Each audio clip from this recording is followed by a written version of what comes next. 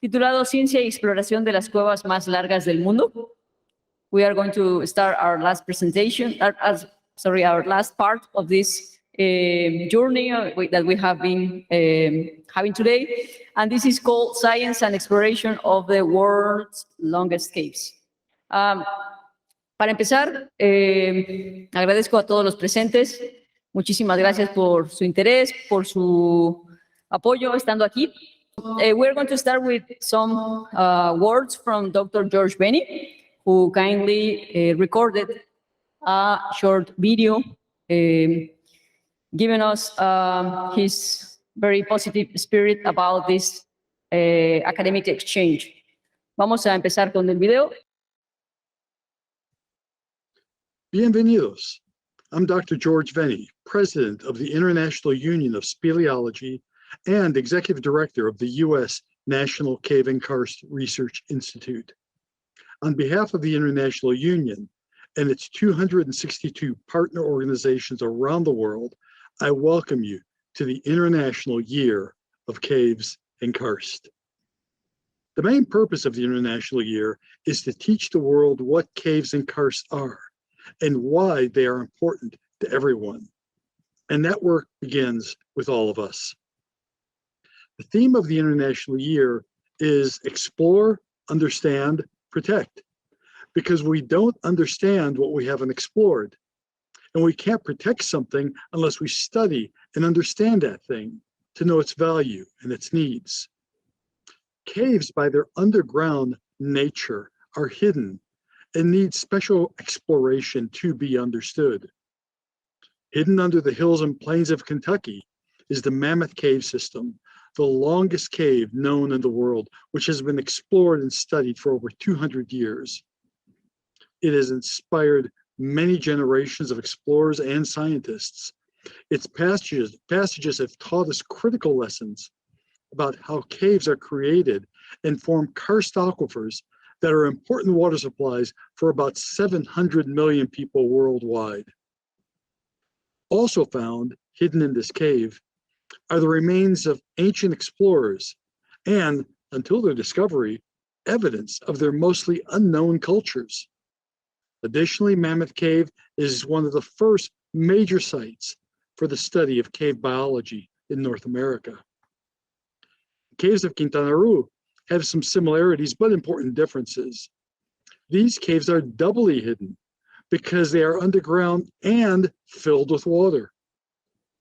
Serious exploration could only begin about 40 years ago when advances in diving technology made it possible.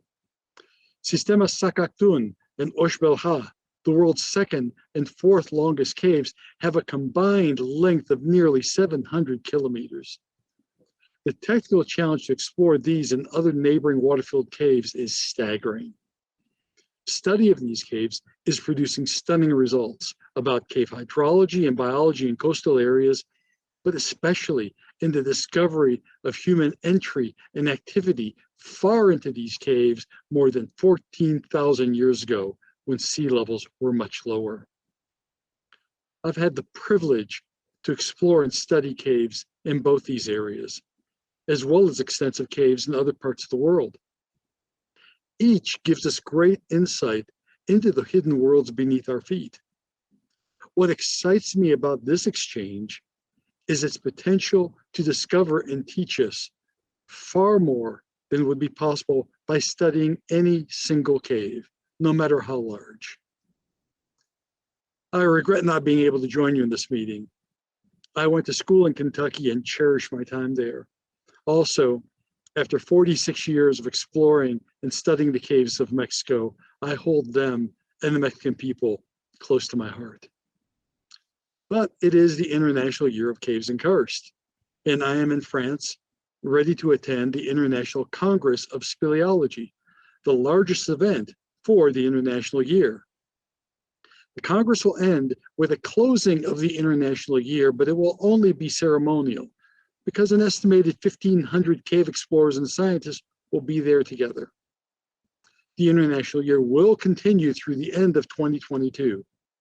I encourage you to continue exploring and studying caves and karst this year and beyond so they can be better understood and managed correctly. I ask you to please go to the public and show them what you're doing. Teach them why caves are important.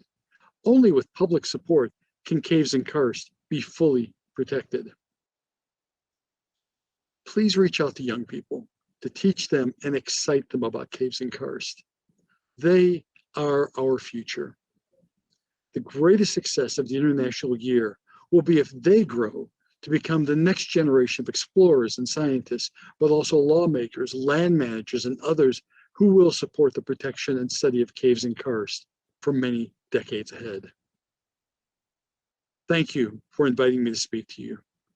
Knowing many of you involved, I have no doubt you'll have a wonderful exchange of ideas and information. I hope to see you underground again soon. Adiós, mis amigos. Esas fueron las palabras del doctor George Benny, quien es presidente de la Unión Internacional de Espeleología y director ejecutivo del Instituto Nacional de Investigaciones de Cuevas, y Karst de los Estados Unidos. Muy brevemente les comento que, a pesar de que no está con nosotros, está muy presente porque fue la raíz por la cual surgió este encuentro. Él hace una invitación a que el Proyecto GAM asista a un evento de presentaciones en el Centro Internacional de Investigaciones sobre Karst en China, que desafortunadamente por temas de pandemia fue virtual, pero que afortunadamente tuvo como producto esta nueva relación de colaboración internacional. Entonces, el doctor George Benny fue básicamente quien de manera indirecta inició todo esto. I'm just bringing the story of how we started this collaboration just because George Benny invited GAM to participate in this meeting of IRCK, and he is present in this way within us today. Bueno, vamos a pasar hacia la proyección de 3 trailers. Siempre les vamos a dejar como el buen sabor en la boca para que vayan y accedan a los documentales completos. Son 3 trailers, 2 sobre Mammoth Cave y 1 sobre el Proyecto Gran Acuífero Maya. Entonces vamos a empezar con Mammoth Cave, A Way to Wonder. Después vamos a ir a Hidden World, Mapping Mammoth Cave. Y finalmente con el trailer del documental del Gran Acuífero Maya. We are going to watch these 3 trailers of 3 different full documentaries that you can access later on YouTube, in fact.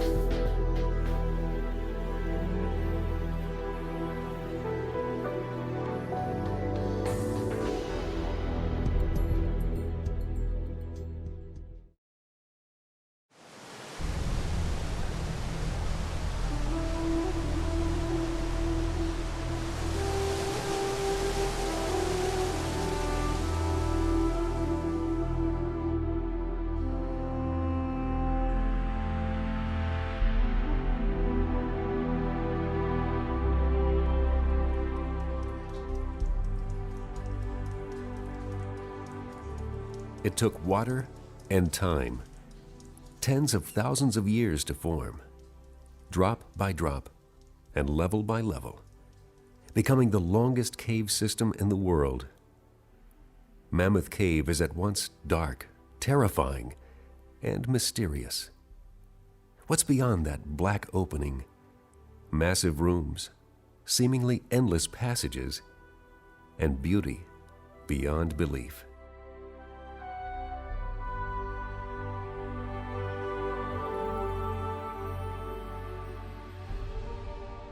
The cave calls out to be explored, discovered.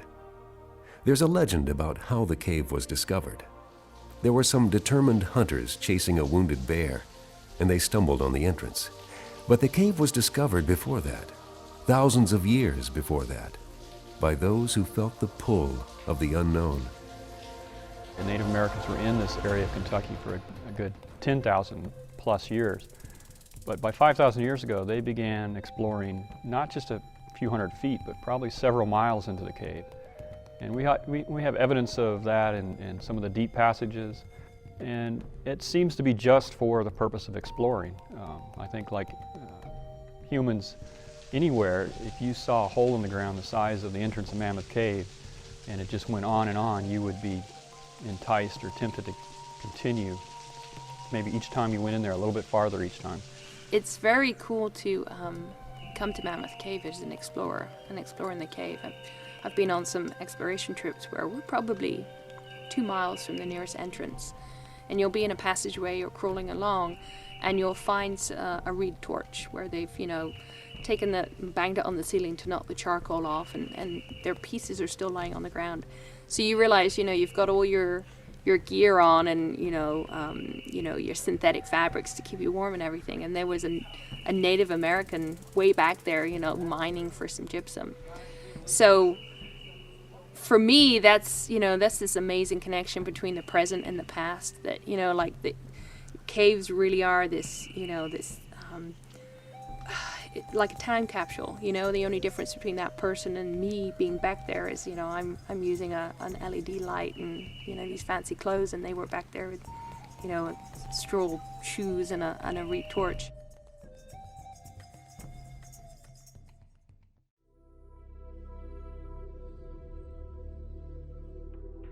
In the spring of 1838, cave owner Franklin Gorin opened the cave to further exploration and tourism, using slaves as guides and explorers.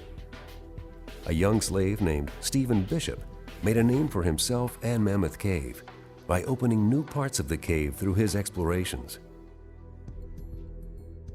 As far as history goes, he didn't exist until he came to Mammoth Cave in 1838. Prior to that, he was just another slave, another enslaved person. But then when he came to Mammoth Cave with Franklin Gorin, who owned the cave, and began to explore Mammoth Cave as a teenager, by the way, like 17, 18 years old, all of a sudden it seems that he found a niche. And he loved being underground. He loved finding areas of the cave that no one had ever seen before. And he seems to have fallen in love with just that environment underground. And I think he also enjoyed the position he had as a cave guide and the attention that people gave him as he led them through the cave passageways.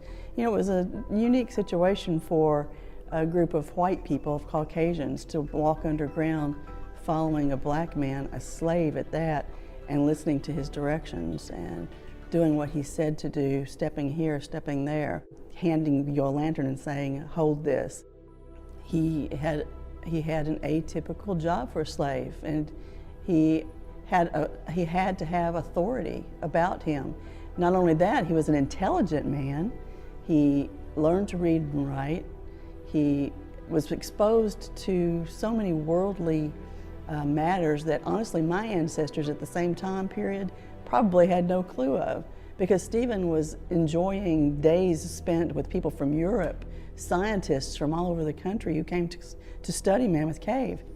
And yet at the same time, he had to exit the cave and go back to being that enslaved person who knew his place in society.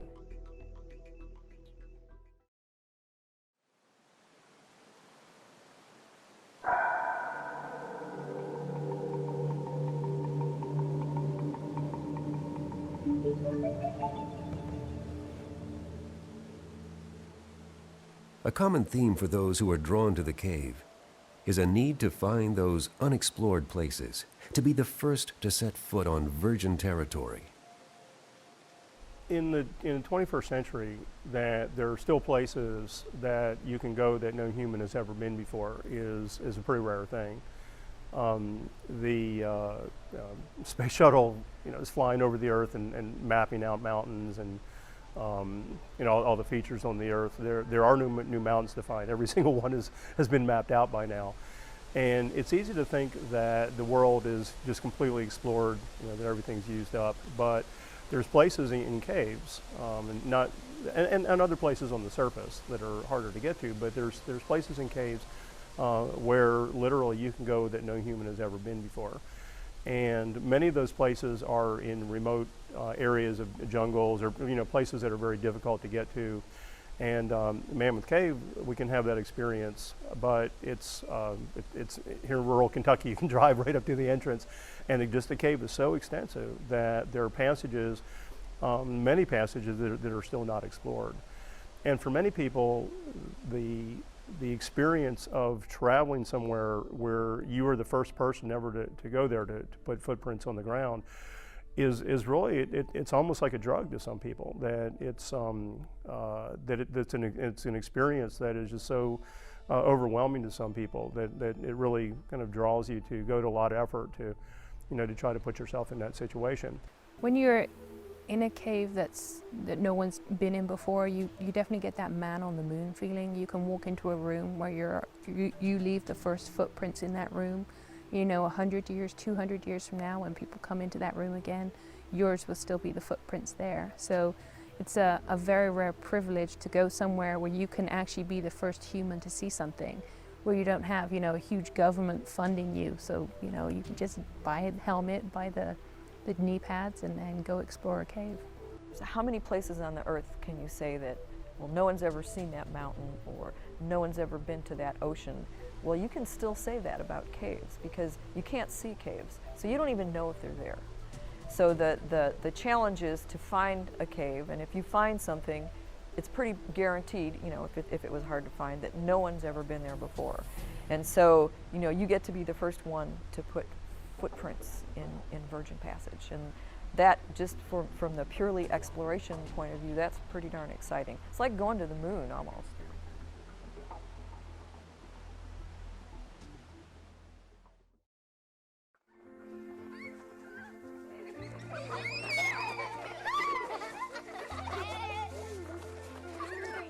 I think that among people that study caves, the area between the Barren and Green Rivers, the Karst landscape is a jewel that has global significance. And I would say it's important, if there's a message that people that are learning about the cave or see films about the cave will take away, it's that it is a treasure, and it's also a fragile treasure. It's good to develop an appreciation just for the fact that even though you can't see it, there's a very wonderful living world down there. And the first way to, the first part of protecting it is understanding and appreciating it.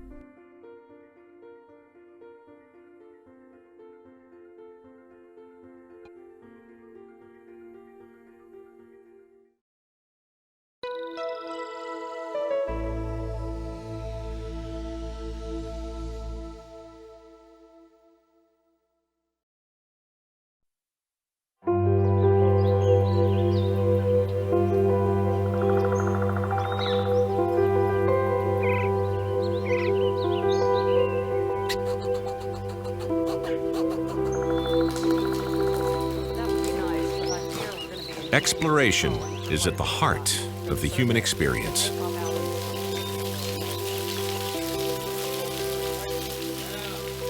There is something deep inside us that calls us on to explore new territory,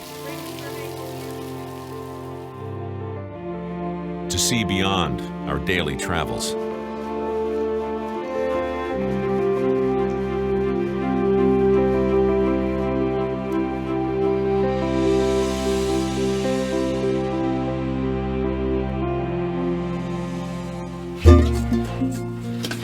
Cave explorers and surveyors venture into these remote passageways to expand our knowledge of the cave.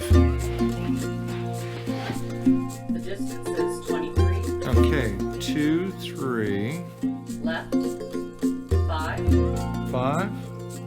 Right, 5.8. To truly understand a cave and its relationship to the surface area, the cave must be mapped. Light is on for compass.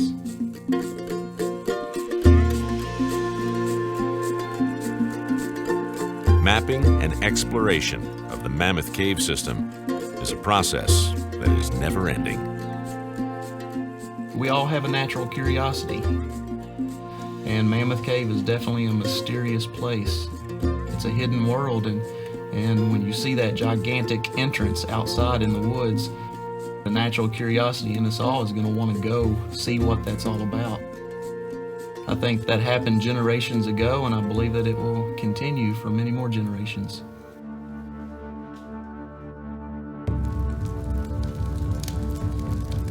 Nearly 4,000 years ago, the first explorers, prehistoric Indians, ventured into the cave for minerals, for flint, and perhaps for spiritual reasons. These accomplished cavers covered nearly 14 miles of cave, finding areas that would not be explored again for another 2,000 years.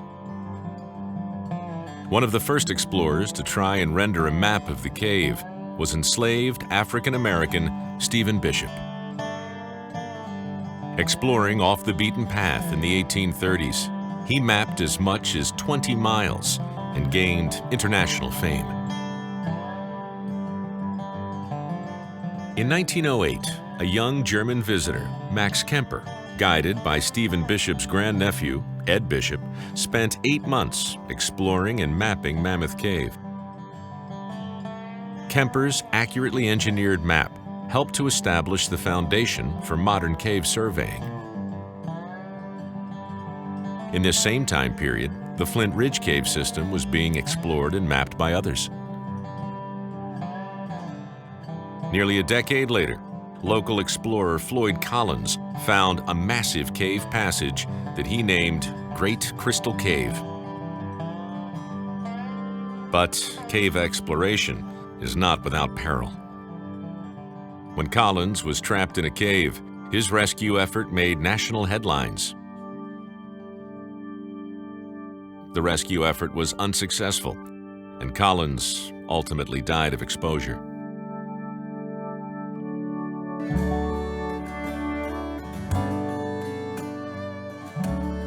New areas of the cave continued to be explored and documented in the 1920s and 30s.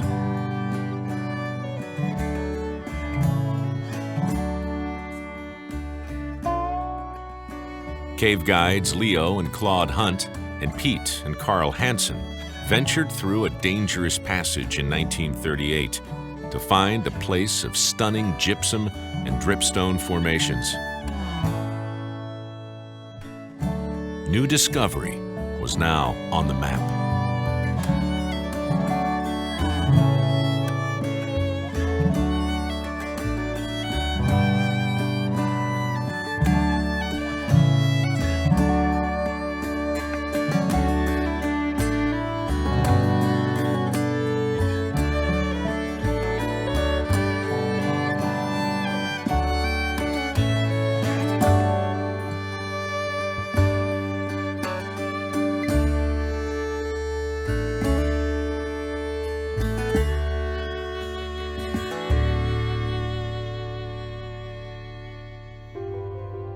Yet, with all these discoveries, only 44 miles were mapped when Mammoth Cave National Park was dedicated in 1941. With the Cave Research Foundation spearheading the effort, more and more of the cave was mapped in the next few decades. In 1960, explorers from the Cave Research Foundation connected Crystal Cave to Colossal, Salts, and Unknown caves to form the new Flint Ridge system, making it vie for the world's longest. On September 9th, 1972, a team of 5 men and 1 woman connected the Flint Ridge system to Mammoth Cave, a dramatic discovery that extended the length to 144 miles, without doubt, the longest in the world. The Cave Research Foundation, joined by the Central Kentucky Karst Coalition, continued surveying and making major discoveries, extending Mammoth Cave's known length to nearly 300 miles by 1983. By 2010, the known length had jumped to 390 miles. Year after year, hidden passageways continued to be uncovered and explored. Was checking the skull. And more knowledge of the cave is gained.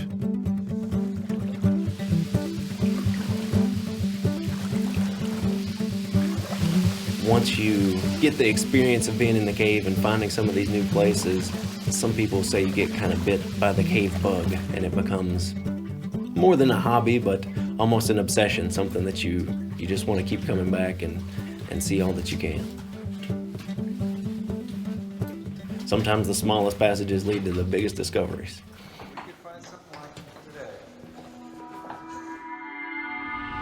With hundreds of miles of caves crisscrossing an area only 7 miles wide and less than 400 feet deep, Mammoth Cave is a relatively shallow cave system.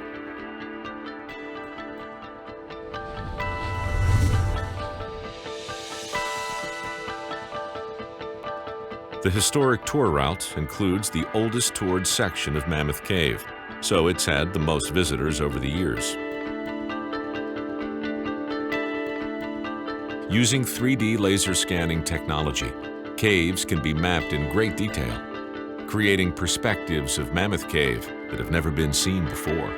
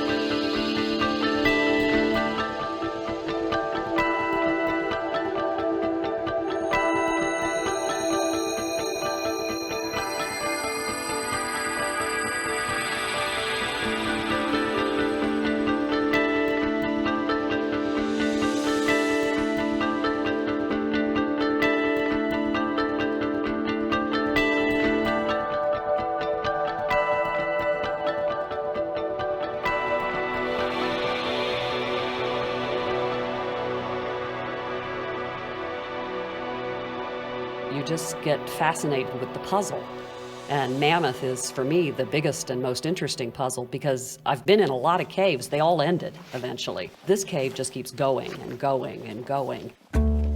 New territory waits to be explored and mapped. Mammoth Cave National Park still holds many, many more mysteries. I don't think there's any doubt that exploration will continue on into the future. There's no end in sight.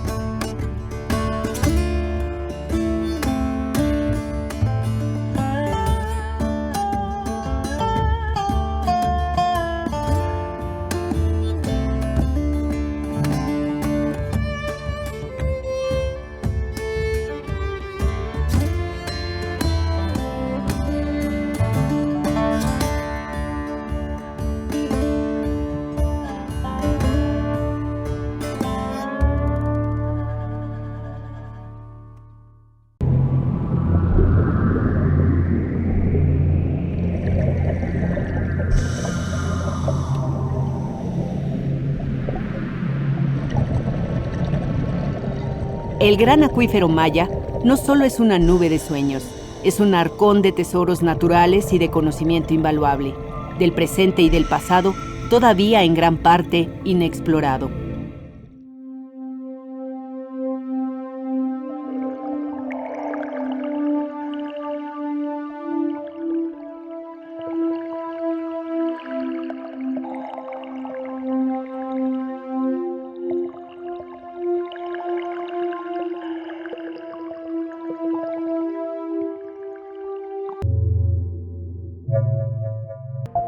El simbolismo principal de los cenotes es la entrada al gran útero de la madre tierra, ¿sí? O sea, la tierra se concibe como un ser vivo, ¿sí? En cuyo útero se generaron los hombres, se generan las plantas, se generan los animales. Entonces hay que cuidarla, hay que alimentarla. La madre es la cueva del origen. Sabemos que hubo una gran sequía que redujo el nivel del agua en 8 o 10 metros. Y estos descubrimientos nos empezaron a hacer ver el hecho de que el agua estaba más baja. Los antiguos mayas podían penetrar a distancias que ahora, o lugares que ahora tenemos que hacer buceando, y depositaban ofrendas precisamente por esta desesperación que tenían porque no había lluvia. Se ofrendaban al agua, generalmente víctimas puras, sujuy se llama en maya, o sea, algunas doncellas y niños, sobre todo niños. Pudimos hipotéticamente encontrar una posible entrada. Suponemos que pudiera existir hacia la escalera oeste, a una profundidad de unos 2 o 3 metros. Estos sitios son bellos, pero también son muy vulnerables, son muy frágiles. Estos sitios han existido sin la intervención del hombre durante eras y eras. For me, when I look back at my life, having been here in Mexico, I was able to put the first line in a cave in 1995, and today that's the largest water-filled cave in the world. So what started out with was a small reel of line and putting that in with my dive buddies. Today it's over 270 kilometers large, and there's been a lot of contributors in there since I was. Los recursos son limitados en nuestro mundo, y si bien estas sociedades antiguas realizaron rituales para que estos recursos no fueran tan poco accesibles para ellos, es una buena lección para nosotros para darnos cuenta que vivimos en un mundo con recursos limitados.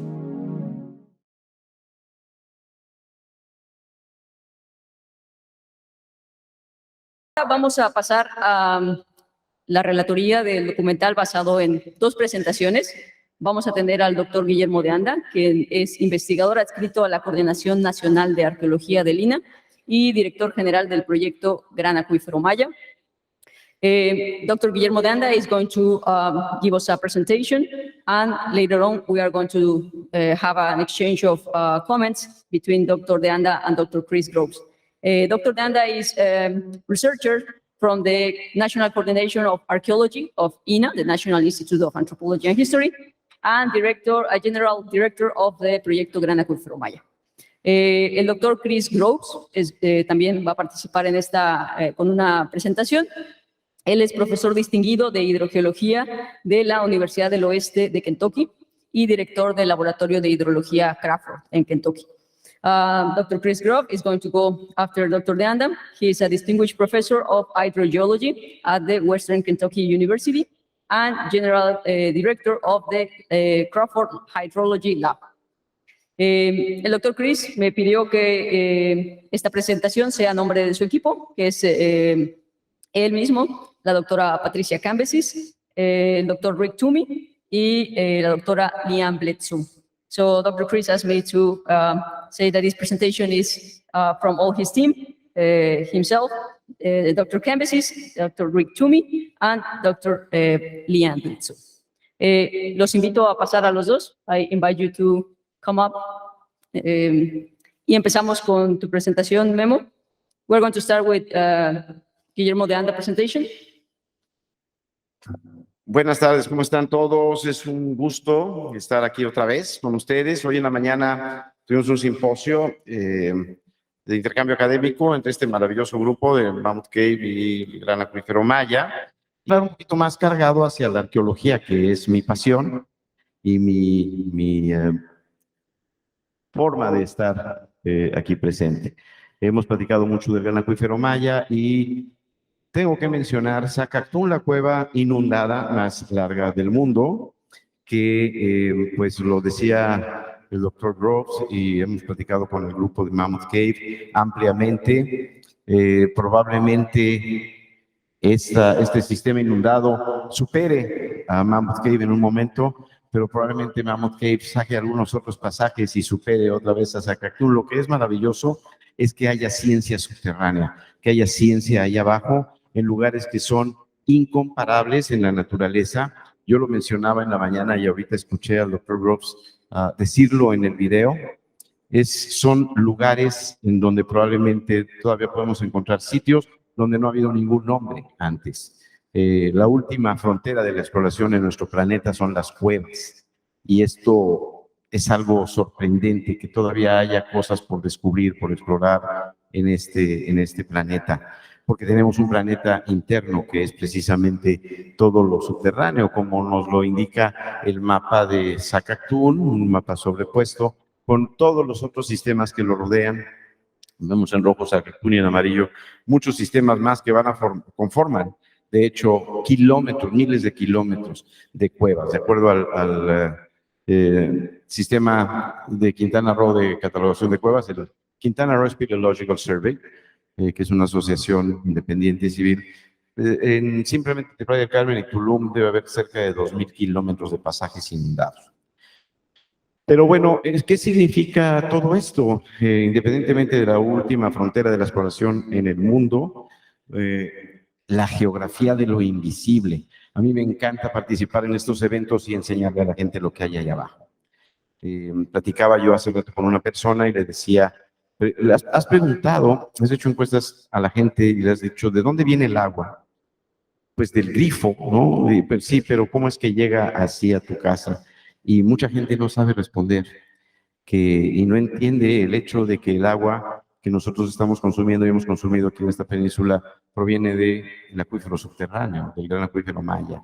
Y es en ese sentido donde tenemos que enseñar a la gente que no solamente son paisajes bellísimos, la mayoría de la gente no los percibe, pero también hay una gran cantidad de agua que es un enorme, enorme tesoro. Y este tesoro es el que nosotros buscamos, entre otras muchas cosas, como por ejemplo aquí tenemos a Ana Celis con una muestra de agua para el profesor Bayona, que al recibirla en sus manos está recibiendo un tesoro de valor incalculable porque está pudiendo tener acceso a zonas que normalmente, tradicionalmente, en la investigación no podían accederse. Esto se hace a través del buceo en cuevas, del buceo científico, que nosotros practicamos desde hace mucho y es la mejor parte de nuestro proyecto, sin duda. Aparte, qué maravilla de trabajo poder bucear, poder ir por muestras científicas y de pronto estar en un sitio en donde los humanos pudieron estar en contacto con animales, en este caso un gonfoterio, un animal pleistocénico. Este es el cenote hoyo negro, que tuve el gusto de participar durante 3 o 4, casi 4 años en el inicio de la exploración con los descubridores. Y es un sitio sin duda único en el mundo, parte del sistema Saskatoon, como muchos otros sitios arqueológicos en el lugar. I was just explaining, and I'm sorry, switch a little bit into English, that this is Hoyo Negro. This is an amazing place, and this is one of the most important discoveries, I believe, archaeological discoveries of our era, where we could see humans in contact with amphitheaters or ancient elephants, bears, etc. So everything is in a very good state of preservation. And it's a privilege to have all this in the Yucatan Peninsula. So the Great Maya Aquifer is not only our source of living, it's a source of scientific information that we should, without any doubt, preserve. This is an example of our project of digital preservation. What we are trying to do is to get to these animals, to these bones, and do photogrammetries and then convert them into digital formats. And that way, we pretend to preserve for many years whatever is there. We hope we don't lose these elements, because most of the times we leave them there. It's where they belong. Sometimes we need to take a sample of something to get to the laboratory, but most of the times what we do is just take pictures and convert them into this kind of models. But anyway, let's do a big jump in time and go to the Maya times. The Maya interacted with the caves. And why do they do that? Well, because they needed water that's in the cave. They needed some products like we saw on the video minutes ago in Mammoth Cave. They were there for gypsum and some other materials. But on the Maya mentality, it's a little different, I believe. They do use practically the caves, but they also had a very symbolic relationship with them. Y esta parte de la relación simbólica de los antiguos mayas con las cuevas me parece algo muy importante y es de donde quiero centrar hoy esta plática. Espero que Anita me dé 2 horas porque ya me colgué muchísimo en la introducción. Pero bueno, vamos a hablar de las cuevas y los mayas. Para los mayas, obviamente, las cuevas eran una importante forma de obtener agua, especialmente en las tierras bajas del norte. Un investigador de los años 30, Silvano Morley, habla de que en cada sitio en esta zona encontraremos muy cerca una fuente de agua, un cenote.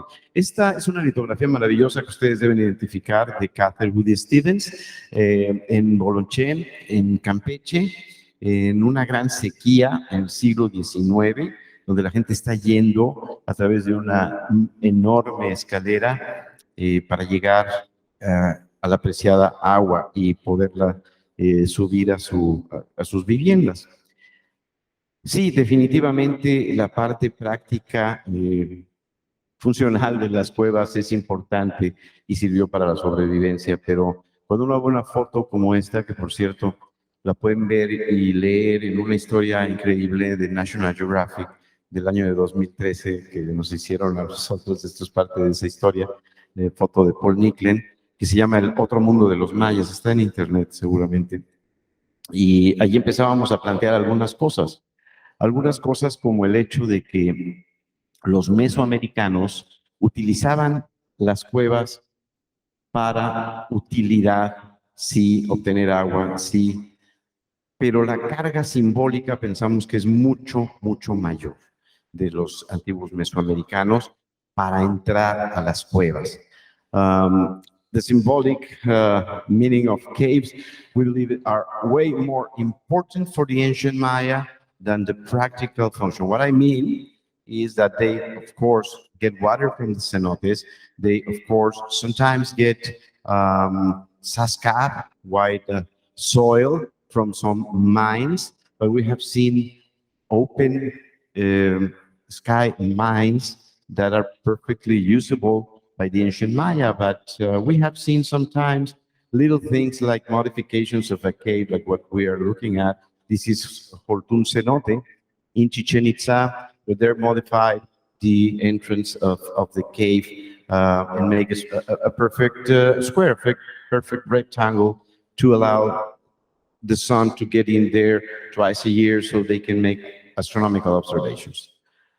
Pero aún más importante que esta pequeña modificación en el cenote Hortun, que es muy simbólica, debo hablar de las cuevas artificiales de los mesoamericanos.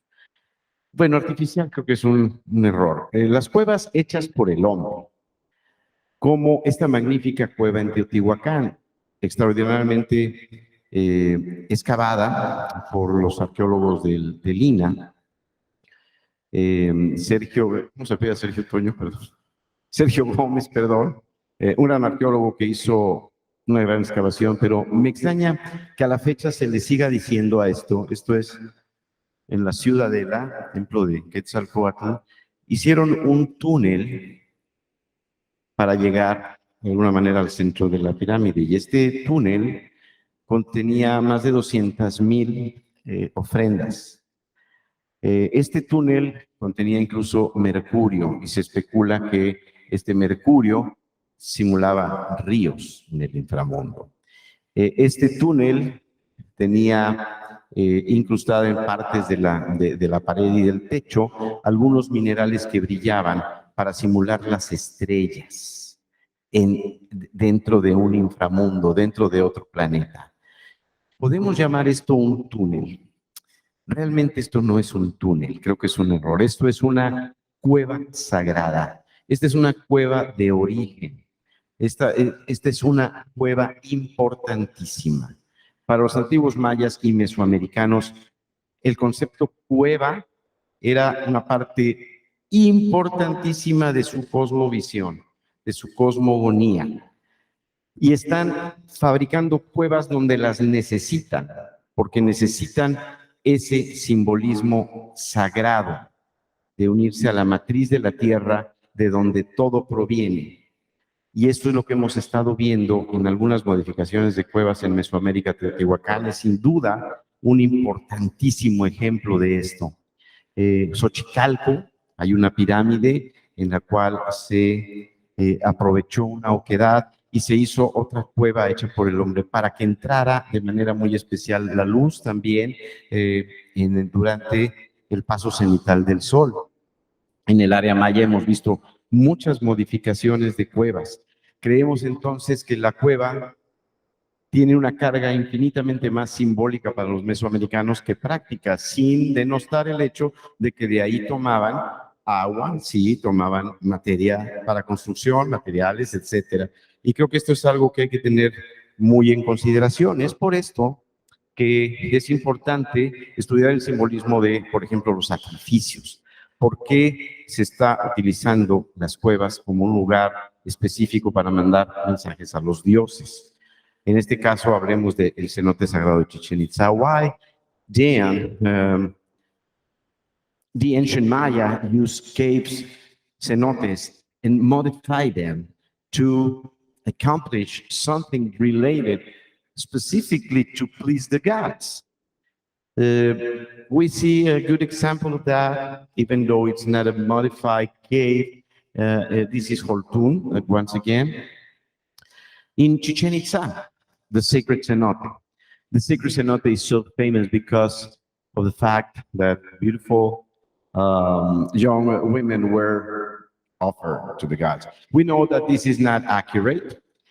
This is a great photography that appeared in National Geographic as well, but it's a little wrong, especially because that Maya lady looked more like a centerfold playboy. Well, anyway, I'm getting into trouble here.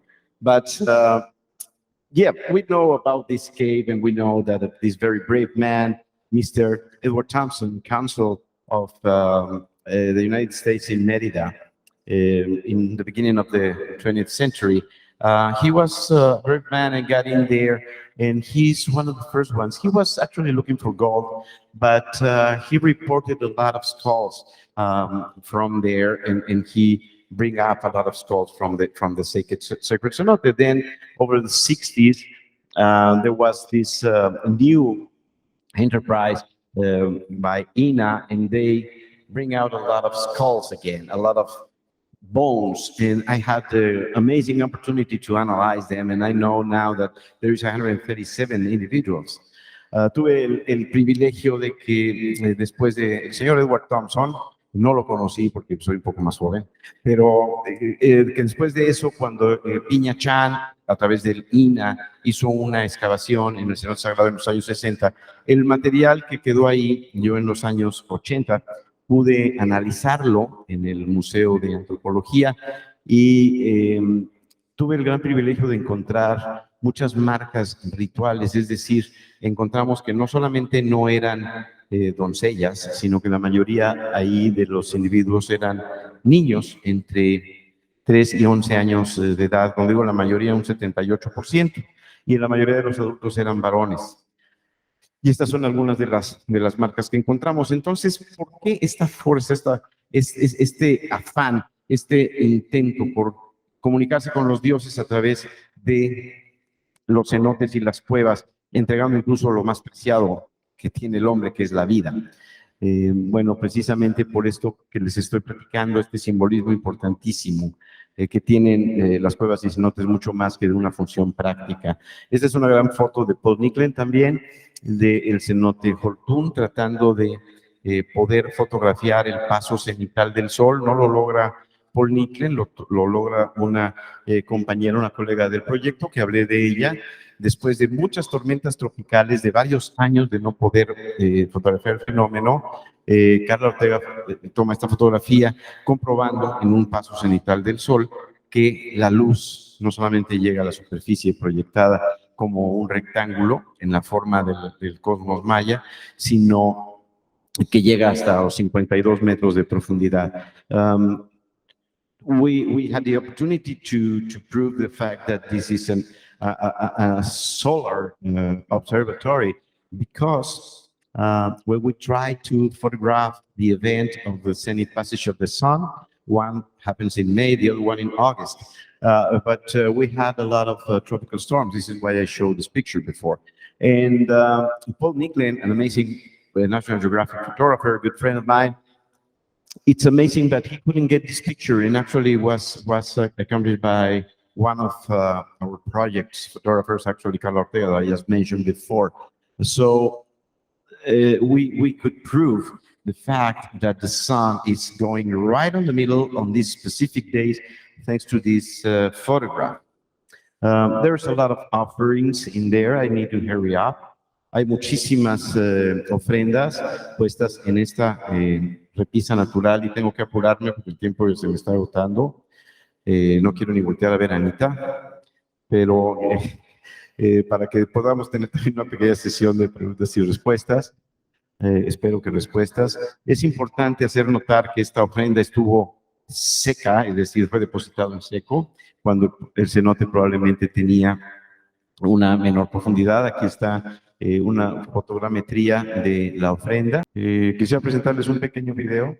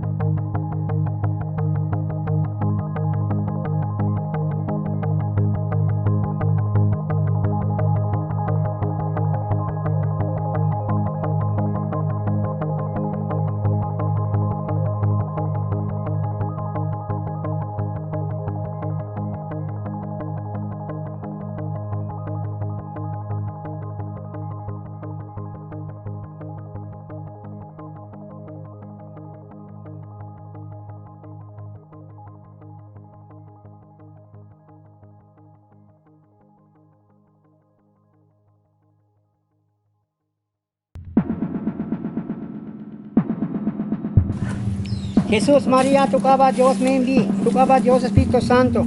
Oh, si es bacán, shantu, sintana, shanti, tocaba shan. Ya pues lebe ora, shantu, si kubi, shanti, que tienen yunti, Dios me enví.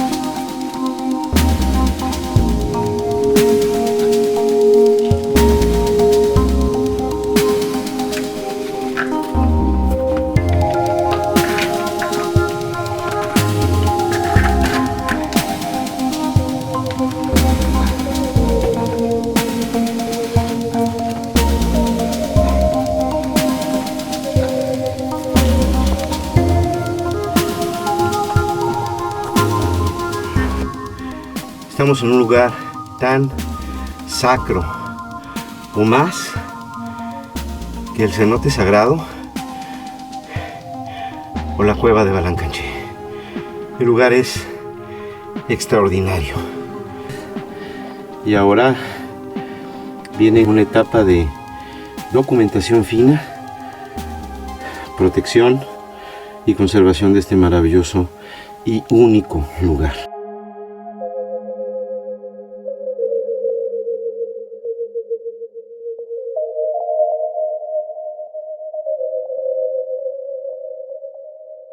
Pues les agradezco mucho, ahora sí me voy junto a Rose porque les va a presentar. Great. Well, thank you very much. I want to start actually with an apology. And my close friends may realize that every once in a while I can be forgetful. And I was thinking a little bit ago, those of you that were here earlier today, I was appreciative to the students who have made the translations that have allowed us to be here in 2 languages. And I want to also acknowledge the person that actually did most of the translations, and that's Ellie Winkler, which is back over there, our friend and colleague. And so let's in fact give Ellie a big hand. So thank you very much to everyone. So also I want to acknowledge my sort of colleagues and co-authors, Pat Cambyses, Rick Toomey, and Leanne Bledsoe. We represent a variety of organizations, and typically at a conference, it would be Chris Groves, and there'd be a little number 1 and a number 3 or whatever of who is in an organization. In this case, it's just a big mix, and so we represent collectively Western Kentucky University, the Cave Research Foundation, that you'll hear a little bit more about, of course, Mammoth Cave National Park, and the UNESCO Mammoth Cave Biosphere region.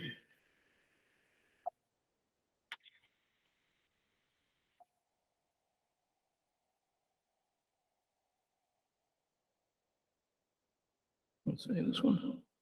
Okay, so here are, as of today, the longest known caves in the world. And we see, well, in fact, let me go back.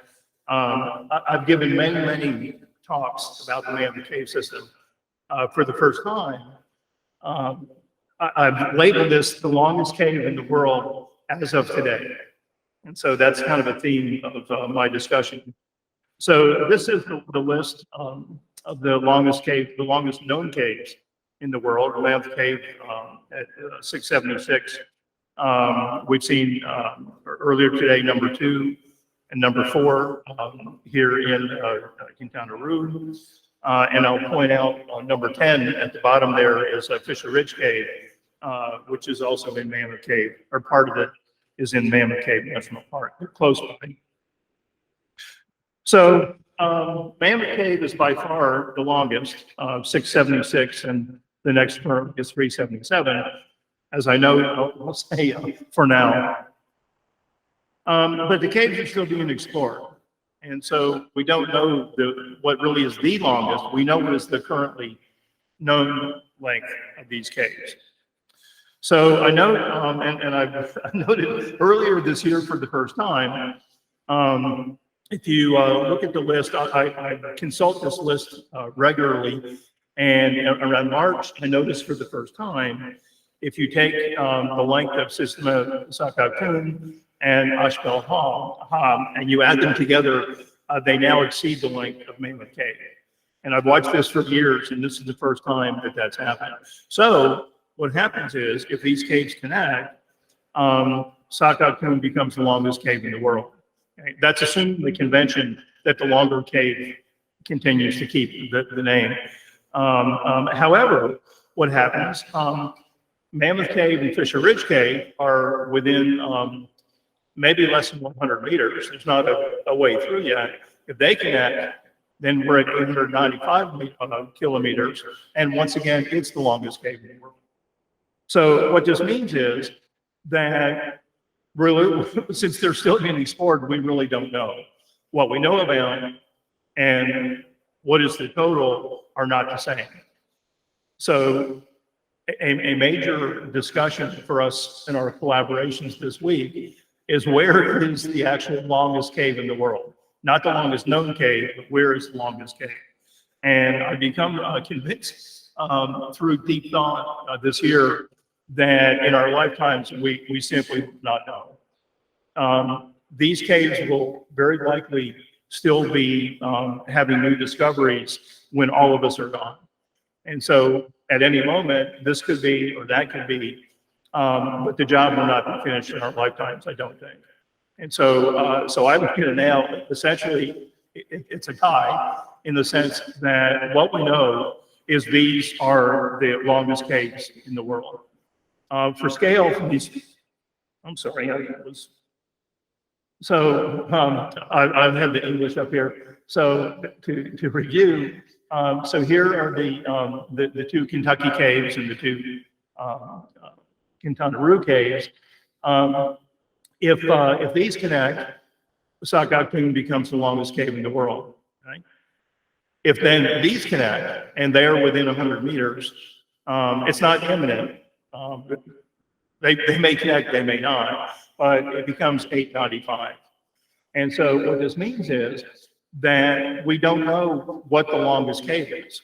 We know what the longest known cave is at any moment. It could be one, it could be the other. And the idea is the caves will still be explored, and there will be very likely new discoveries for the rest of their lives into the next generation and beyond. So what this means is these are the two longest caves in the world, in my opinion. So for scale, because we've been seeing these beautiful pictures, Sakakun on the left, and actually a cave connected by water to Mammoth Cave, Owl Cave, in Mammoth Cave National Park. And you can see, just to appreciate the photos, there's some explorers for scale. I'll note, because there's been discussion today about astronomical measurements, for the ancient people. In Owl Cave, this picture is actually from the winter solstice. And so there's indirect evidence that the Native Americans may have known that this was a solstice marker. We know this is an important archaeological site. We know that at that same time, in that period, that at other places, there's evidence of astronomical data or knowledge. We don't know directly that this was, but if you go there on the solstice, the winter solstice, it's a spectacular place. So if we focus on Mammoth Cave a little bit, at least as of this evening, Mammoth Cave is the longest. So let's talk about Mammoth Cave a little bit. That's one reason that we're here, is to learn about each other's projects. So Mammoth Cave National Park is both a UNESCO World Heritage Site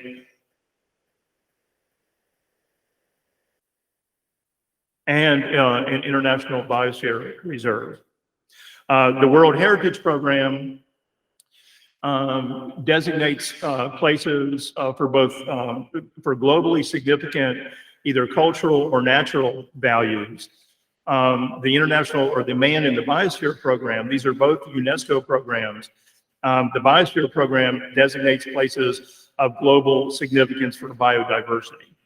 And there's lots of each. There's relatively fewer places that are both World Heritage Sites and International Biosphere Reserves.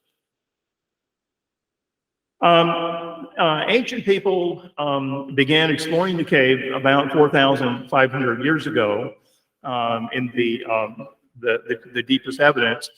And what we see is that this is certainly among the deepest penetrations of ancient people into cave systems. We know that there are artifacts that have been found 8 kilometers from the nearest entrance to Mammoth Cave, so a 16-kilometer round trip. There's our good friend Anacelis in the Salts Cave area of Mammoth Cave, where there's some art back there, various petroglyphs. And then also a fantastic thing there is that organic material is preserved in these relatively dry conditions. These are porch fragments, the sticks and reeds that the ancient people were using for light. But there are bodies of people who died that are preserved, even what was still in their stomachs. And a fantastic thing is that the Native Americans would go deep into the cave for many hours. They would have to stop and use the toilet, let's say, and the evidence is still there of what we can call paleofeces. And this is fantastic because it can be dated and we can see what they were eating, nuts or seeds or bones. And a topic for an entire talk would be that the earlier specimens were for hunting and gathering, what they would find in the forest. So nuts, bones, fish. About 3,000 years ago, we see the beginning of farming, of domesticated plants. And so there's actually the development of agriculture has been dated at Mammoth Cave for the southeastern US in this very unusual way. But it's a fantastic record. There's also been hormone studies of the feces, and we know that this was dominated by males, whatever that ends up meaning. So the Europeans arrived, in this this part of Kentucky through the 1600s, and then we're settling into the 1700s. And we know from records that the Europeans, I say discovered, let's say rediscovered the cave not long before 1800. They were exploring probably not so much for curiosity, but at that time there was a very important commodity in caves, and that was the cave dirt had a chemical that you could use to make gunpowder. And this is very important for the early, the early Americans of European descent. So the mining operation ended. There was a big war, relatively big, against Great Britain right after 1800, and so this was a very important source of gunpowder for the war. The war ended in 1814. Around the same time, there was a huge earthquake there that impacted the operations. So the mining ended about 1814. The cave owners wanted to continue to make money, so tourists started coming. So it's been a tourist cave continuously since 1816. One thing that we've been talking about today is the things in common between Mammoth Cave and Sakatun and the other nearby caves, and the differences. One of the very clear things that are the same is, in terms of the exploration, every meter has a story. And so we can talk endlessly about the adventures of exploring these two caves. In a few minutes, I'll just hit a couple highlights. But as we saw in one of the films, one of the first really great explorers of Mammoth Cave, other than the Native Americans, one of the first people to go beyond the big easy passages to start to get further into the cave was Stephen Bishop. This was sadly a time still of slavery in the United States. He was an owned slave. But just a very, very special person, became a very charismatic guide and a very, very important explorer to really expand the known extent of the Mammoth Cave system in the first half of the 1800s. Of course, there were lots of other explorers, but another key event was the German engineer Max Temper came to Mammoth Cave first as a visitor, became very intrigued by the cave and worked out a deal with the owners where they would provide him a guide and pay his food and his living expenses. And he stayed for a year and made a very accurate, for the time, or really very accurate for the most part, map of the cave in 1908. At that time, that was 56 kilometers.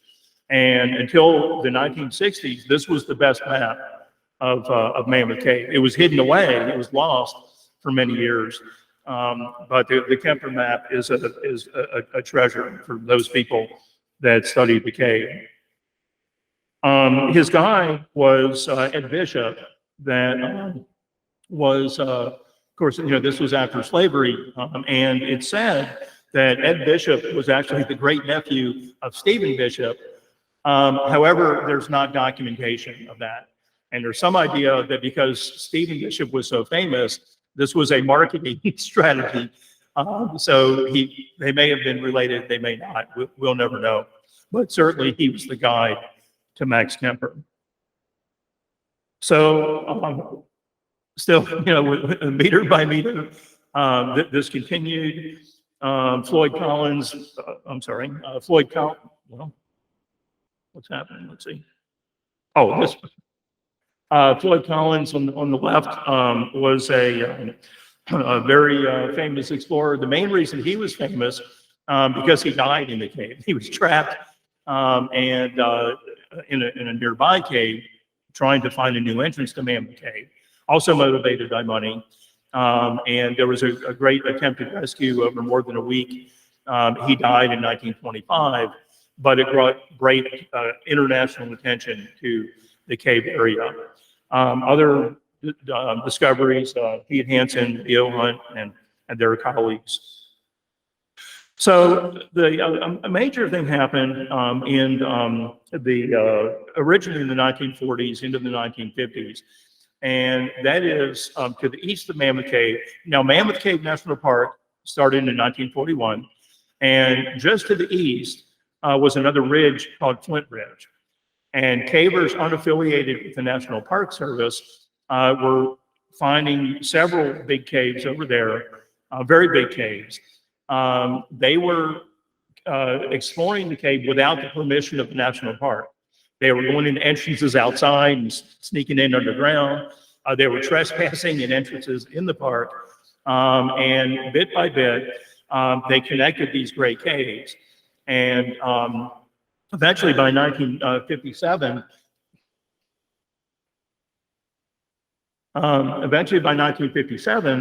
what happened was that the cavers, the independent cavers, had tied together what's called the Flint Ridge Cave System. And eventually they worked with the National Park Service and said, the job of the National Park is to protect the resources. And it turns out you have one of the biggest caves in the world that's not Mammoth Cave, and you don't even know about it. So they instead of sneaking around, they said, let's sit down and let's cooperate. And they got together, they formed the Cave Research Foundation in 1957. And since then have had continuous expeditions, about 10 expeditions per year from 1957 up till now. And there's other cavers that have made discoveries, but Cave Research Foundation has been the main group working with the National Park Service to document and explore and map these caves. Our team are all closely affiliated with the National Park Service. Pat Cambises, Rick Toomey, who's on his way tomorrow, and I are all three past presidents of Cave Research Foundation. So by 1970, what happened was that the Flint Ridge Cave System had actually passed the length, it surpassed Mammoth Cave in length, surpassed another huge cave in Switzerland, and by that time was the largest cave in the world. So around that time, the Cave Research Foundation cavers decided that if they could connect Mammoth Cave with nearby Flint Ridge Cave, then it would be longer than anything else anywhere in the world. There would just be no competition. The problem was that Mammoth Cave was under a ridge, Flint Ridge Cave was under another ridge, and there was a deep valley in between. And so the passages, if they did connect, we knew by water, or they knew by water they connected, but they didn't know if passages could go under that valley. So they worked for years to find the connection. And then finally, in a great event in September of 1972, they were, on each trip, they were deeper and deeper in unexplored cave. And eventually in September of 1972, 50 years ago this year. They were deep in Flint Ridge.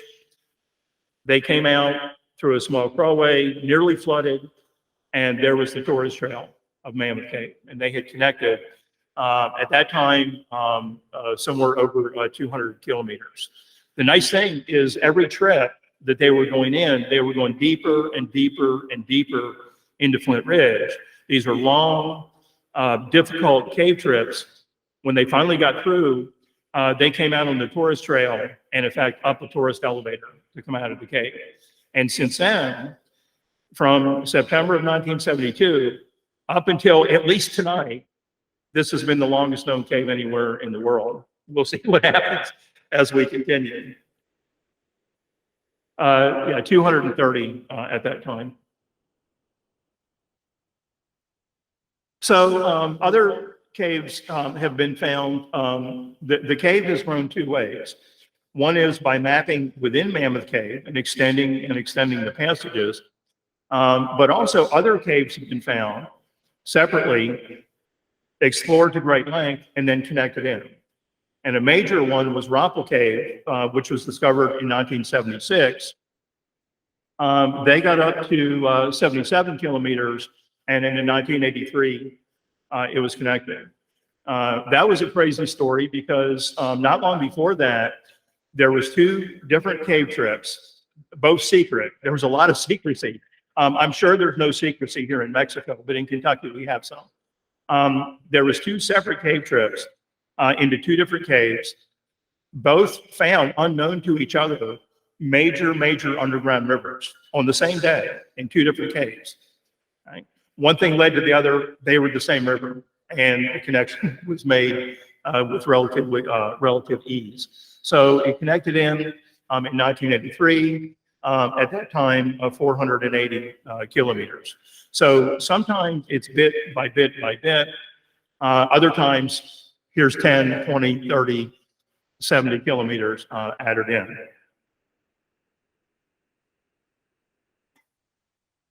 So today, 676, and certainly exploration continues. There are several large caves nearby. There is a cave that comes within less than 1 kilometer called Wigpissel Cave, and there's an expedition there. It's 50 kilometers, and there's an expedition in July, and we'll see what happens. But what we can end with is the question, what happens in the future? And I guess what I would say is that some of you were here earlier today and maybe heard my talk about UNESCO, and the importance of UNESCO is what has happened is we are all in the same room today. Most of us have never met each other, but we all care about caves. We care about the longest caves in the world. And for the first time, we're all in the same room together having this conversation. So this is what I call scientific diplomacy. And I'm very strong, and we are strong believers. So my personal view is that it could be either cave. We just don't know. But there's no need for competition. It's that this is, you know, let's have fun and just see how it plays out. And this we won't know by the end of our lives. Now I'll end with a message. For Mammoth Cave National Park, we're very lucky now to have a superintendent who is very easy to work with. He's very friendly. He learned how to rappel so that he could go with Leanne Bledsoe down a 25-meter pit to go collect some water samples with us. So he's great. So I talked to him today, and he knows, you know, about our meeting, and he asked me to pass a message. Okay? Two messages. One is that he sent his greetings, his warm greetings. He wishes the best, you know, for everyone. But he recognizes, because he's in charge, that if Mammoth Cave becomes the second longest cave, we need new signs, new brochures. There would be a great deal of expense. So he kindly requests, will the Mexican cavers please stop looking for new caves? So with that, thank you very much. Right. Unas palabras de cierre nada más. Hoy hemos tenido un evento largo, iniciamos a las 8 de la mañana. Tuvimos una jornada en este encuentro internacional en torno a las cuevas y el Karst a través de programas científicos de la UNESCO. La idea ha sido construir alianzas a través de la UNESCO y a través del deseo por conocer más sobre el entorno en el que vivimos. And just to give a closing words for this session, and then give you the word for asking questions to our two researchers. So we have had a very long day today, starting at 8 a.m. Hemos tenido una sesión de apertura en donde tuvimos representantes representantes clave, porque es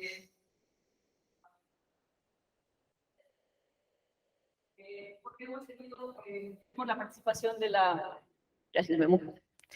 participación de la cónsul de los Estados Unidos y del director de Asuntos Internacionales de Parques Nacionales de los Estados Unidos.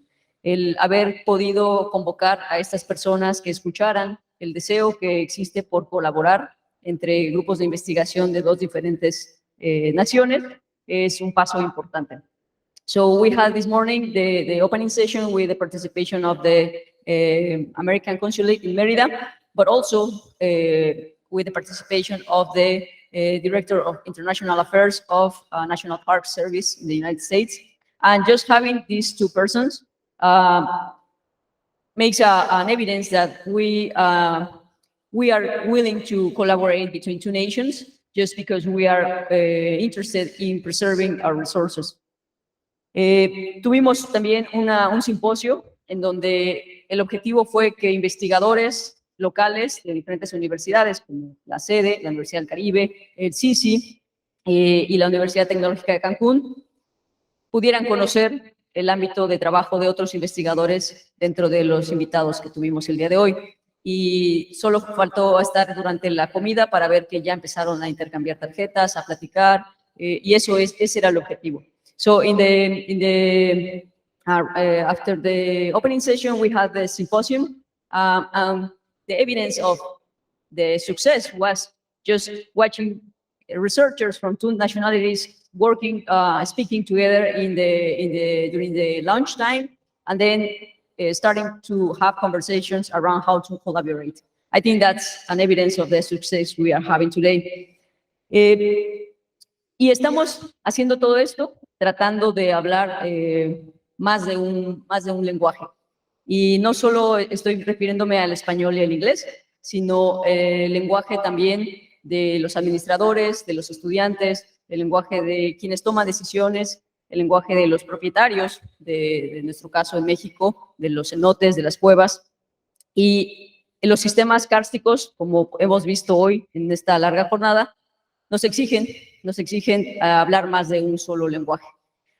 So today we have made a big effort to speak more than one language, and I'm not just talking about speaking Spanish or English, but also speaking the language of the administrators, the people that live in the karstic environments, the language of the students, the public audience, the landowners, etc. And as we have seen, these karst systems demand us to be able to speak more than one language.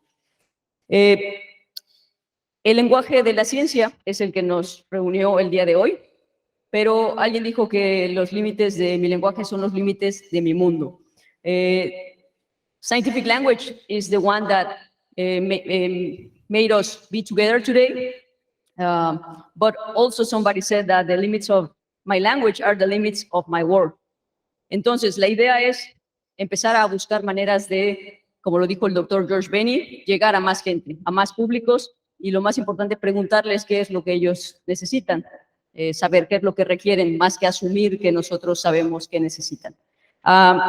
So just as Dr. George Benny said it, we need to speak to other audiences. We need to also ask them what they need, not only suppose or assume that we know what they need. Y finalmente, perdón si me perdí, organizamos este evento con la intención de difundir la importancia del entorno muy especial en el que vivimos. Ver similitudes y diferencias ha sido el primer paso.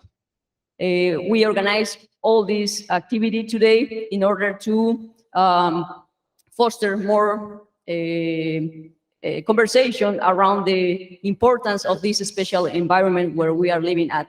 And just starting with looking at similarities and differences, it's the first step.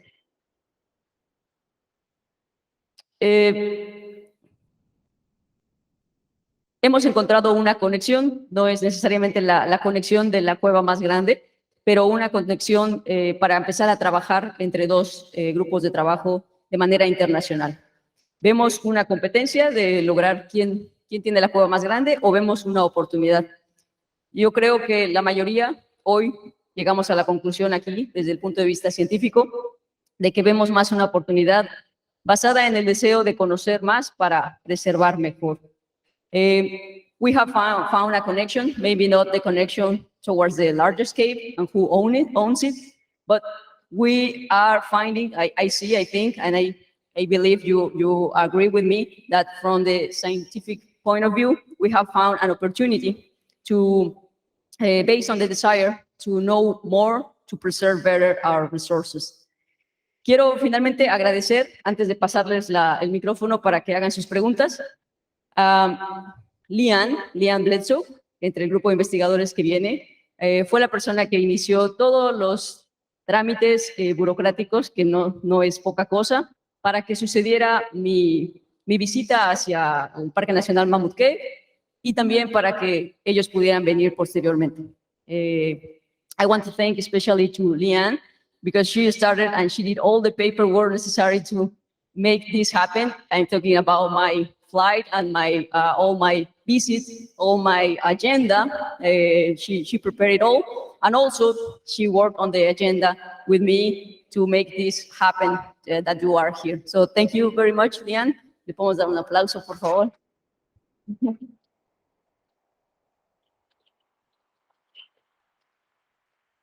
Y finalmente agradecer, porque este es otro evento y no, la verdad no me canso de agradecer a la Universidad del Caribe. La Universidad del Caribe siempre abierta a eventos que promuevan la educación, la conservación, este tipo de temáticas, tópicos que son pues todavía nuevos en el ámbito de la formación, y siempre nos han dado este apoyo para trabajar con el Proyecto GAM. Dentro de la Universidad del Caribe, el Comité de Sostenibilidad, la maestra Guillermina Pech, se tuvo que retirar, pero tenemos a todos sus estudiantes, todo su equipo grandioso. Muchísimas gracias por todo el apoyo el día de hoy. A los técnicos de la universidad también, audio, video, muchísimas gracias.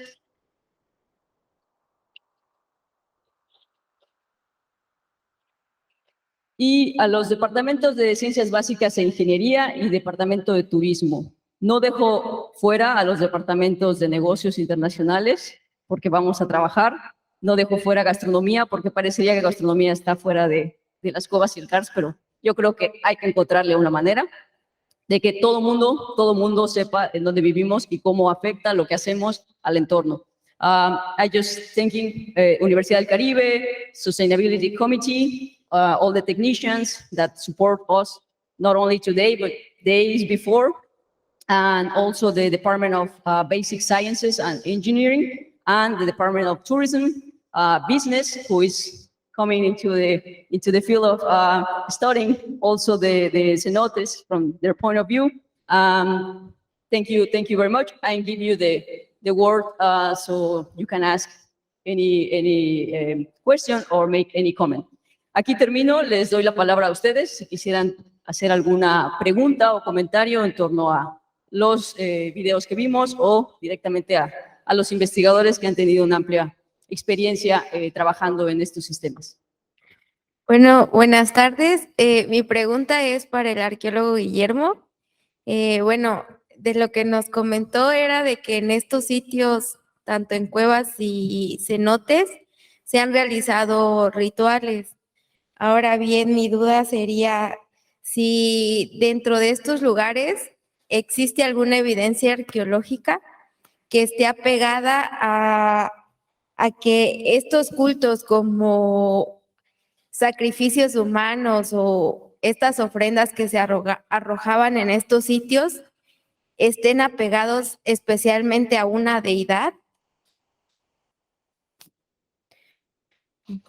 Muy bien, gracias por tu pregunta. Mira, yo decirte evidencia arqueológica fehaciente, lo que puedo hablar es relaciones, por ejemplo, con la cerámica, de huesos con cerámica o de huesos con alguna vasija que representa al dios Tlaloc, y no me estoy equivocando porque sabemos que Chac es el dios de la lluvia en el área maya, pero hemos visto en Chichén Itzá específicamente una gran intrusión, vamos a decirlo así, de un dios extranjero que es Tlaloc. Esta es, digamos, una de las evidencias arqueológicas de las cuales te podría hablar. En cuanto al cenote sagrado, por ejemplo, que sabemos que es el sitio de, vamos a llamarles ofrendas humanas por antonomasia, o depósito de huesos, que también es otra posibilidad. Hay una gran cantidad de iconografía en jades, en cerámica misma, relacionada con la lluvia. Entonces, ahí también podríamos estar pensando, ahí sí específicamente en Chac. No recuerdo ninguna evidencia arqueológica en el cenote sagrado que nos lleve a pensar en Tlaloc. Que Chichén de alguna manera es esta enorme ciudad tan cosmopolita que estamos viendo, incluso un dios que tal vez no perteneciera tradicionalmente al área maya. Hablo mucho de Chichén porque es el lugar que más he estudiado en relación a los sacrificios humanos. Sin embargo, en zonas del centro de México sí hay más evidencia, el Templo Mayor, por ejemplo, de sacrificios específicos a algunas deidades. Eso sí es mucho más claro, pero estamos hablando de edificios arqueológicos y no de cuevas o cenotes.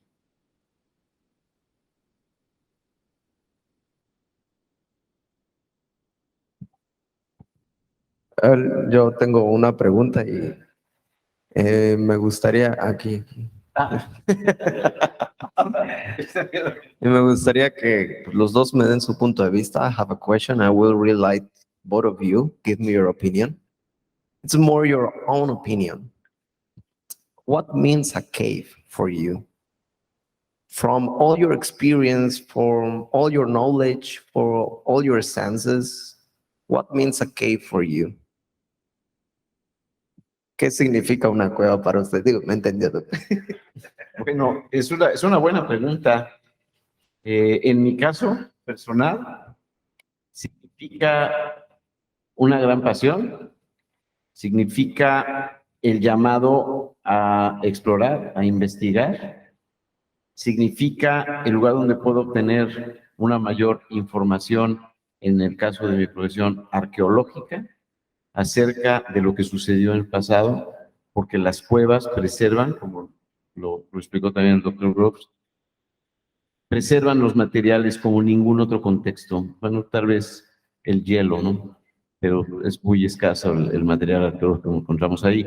Las cuevas son extraordinarios preservadores. Entonces, las cuevas significan muchas cosas, pero las cuevas significan también el lugar de misterio, el lugar de, ¿por qué no decirlo?, de aventura, el lugar que propicia lo mejor de mi trabajo y de mi profesión y a lo que he dedicado mi vida. Entonces, la cueva, en mi caso particular, tiene múltiples significados y es parte intrínseca de mi vida, sin duda.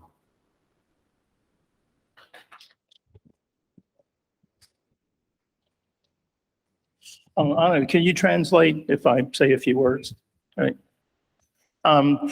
That's a great question, and I think for me, a basic idea that you hear is that a cave is big enough for humans to fit in and go some distance, and that works okay for me. But the importance of the question is the fact of the subjectivity. What that means is if a cave is big enough for humans to fit in, well, we happen to be this big. If humans were this big, a cave would be something completely different. So it's just by chance, this is how big humans are. But that leads to another question that Pat Cambyses and I spend a lot of time thinking about and will continue. And that is, what does it mean to be how big is a cave? So you notice today, I haven't one time said the greatest cave. I've said the longest cave. So how do we measure the size of huge caves? It could be the biggest rooms. Si fuéramos nosotros más pequeños, pues no podríamos estar accediendo a ellas, ¿no? Y la otra parte que la explicó la doctora Pat es que la importancia de poder medir el tamaño de la cueva. Y gracias a que podemos hacer eso, también podemos dimensionar lo importante que son. ¿Sí? ¿Más o menos? ¿Contextualizado? Yeah, so thank you. So, if we ask, like I said, I haven't once said the greatest cave. So how would you measure the greatest cave? Well, it's subjective, and we're scientists. So, I much prefer an objective answer, but there is none. And we could talk much more about it, but I will say something that Pat and I have talked about. If you ask what's the biggest cave, one measure of bigness is length, and that's easy to measure from the survey. But one interesting example is a Clearwater Cave in Malaysia. Is, I think, a few hundred, maybe more than 200 by now. So it's short compared to these, but the passages are much, much larger, more than 100 meters in diameter in some cases. So if you measure the volume, then maybe that's the largest cave. So that seems like a simple question to begin with, but it's actually a very deep question. And thank you. Es una pregunta muy profunda.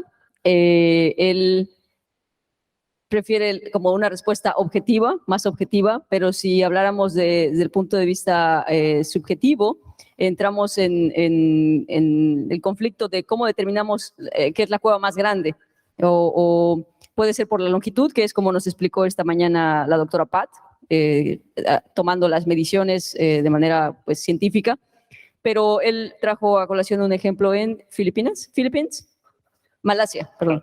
Malasia. En Malasia, en donde el tamaño de la cueva a lo mejor no es el más grande, pero si se mide el volumen de agua que tiene este espacio, podría llegar a ser la más grande. Entonces, es un enfoque muy subjetivo y él pues se va más hacia una respuesta objetiva, ¿no? Porque va a depender de cada persona. Bueno, buenas tardes. A mí me surge más que una pregunta, una gran duda, ¿no? Aquí veo dos enfoques. Uno, el norteamericano que busca romper récord Guinness y esas cosas, ¿no? Porque está hablando del tamaño de unas grutas o cavernas. Y por otro lado, la parte que es 100% cultural, ¿no? Para mí, a lo mejor estoy equivocado, ¿no? Pero en las grutas, cuando hablaba de tamaño, y dimensiones y volumen, etcétera, se están enfocando únicamente a la parte dimensional, ¿no? De dimensiones de las cavernas. Y en el caso del doctor Guillermo, veo que es la parte de la actividad humana, más que todo, ¿no? El encuentro dijimos, de restos óseos, de restos de actividad, etcétera. Entonces, el hecho de comparar el tamaño no se me hace muy justo ni importante, ¿no? O sea, si se unen dos líneas de cavernas de Yucatán, a lo mejor se hace una más grande, pero si se junta con la otra, Mammoth Cave, va a ser la más grande, ¿no? O sea, yo creo que el sentido, por lo que a mí me interesaría el estudio de las cuevas es, aparte del tamaño, ver si hubo actividad, si fueron utilizadas como se hace aquí. Por ejemplo, que decían, en 1880 se descubrió que se sustraían minerales para la elaboración de pólvora, ¿no? Bueno, a mí me parece mucho más importante esa parte de la investigación de cavernas que el tamaño, ¿no? Porque en realidad hay estudios supuestos, porque yo no los conozco, pero he leído acerca de ello, en donde hablan de incluso ciudades subterráneas que son inmensamente grandes en Europa, ¿no? Si es una ilusión o una mafufada de alguien, pues está documentada, ¿no? Entonces, a lo mejor no se está tomando en cuenta ese tipo de grutas también, pero esas están llenas de actividad humana, ¿no? Entonces, mi pregunta es si es correcto hablar de ambas corrientes de investigación, ¿no? La dimensional y la de actividad humana, o si realmente están bien definidas y separadas, ¿no? Por cuestiones también de afición, ¿no? Hay personas que están muy interesadas en Quintana Roo, precisamente por los hallazgos que se han hecho en estas cuevas, y hay otros que solamente lo hacen por entrar a la cueva del lobo, ¿no? O sea, la parte del terror. Entonces, nada más mi pregunta sería, al final de cuentas, si es verdad que están divididos los, ¿cómo le puedo decir? Los caminos, ¿no? de investigación, uno por el lado de la actividad, porque además, según los videos y lo que conozco yo al doctor, pues las grutas en Yucatán, pues son subacuáticas, están invadidas de agua, están llenas de agua. Y las de Mammoth Cave, en su gran mayoría, son secas, ¿no? O sea, o huecas. Entonces, si hay una gran división o si realmente se meten en el mismo costal. Esa es mi pregunta. Gracias. No tengo que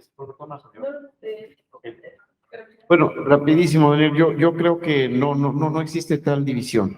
Yo creo que, al contrario, hablaba Chris de una diplomacia científica, me encantó ese término.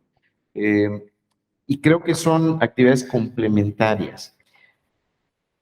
El aspecto espiritual de las cuevas que nos viene por herencia mesoamericana, por esta gran influencia, esta gran fuerza que las cuevas tenían como el sitio de la creación, que tampoco estamos muy lejos con los nativos americanos de esta idea, ¿no?